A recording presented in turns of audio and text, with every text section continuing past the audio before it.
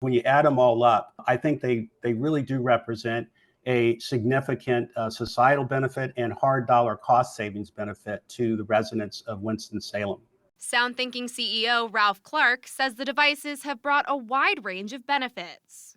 80 to 90% of criminal gunfire goes unreported by the traditional 911. So getting those alerts out very quickly, we know that we have been able to assist Winston PD in getting to a number of gunshot wound victims. But the police department is now ending their contract with the company after the initial $700,000 of funding ran out. We've just decided to, as we move forward, not re-up that grant or seek other funding for it. Some, however, think it's a mistake. In a Facebook post from SoundThinking asking the community's thoughts, a number of residents voiced their support for the program. And Clark agrees, saying the benefits outweigh the costs.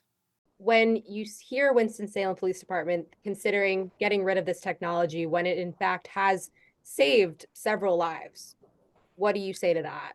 I think a lot of times people focus on what ShotSpotter doesn't do, for example. I think it's much more interesting and valid to focus on what it does do in terms of assisting the police department in better responding to a real problem around gun violence that isn't getting reported by traditional 911. However, some residents we spoke with off camera weren't even aware it existed. And according to the police department, the technology isn't as useful as some might think.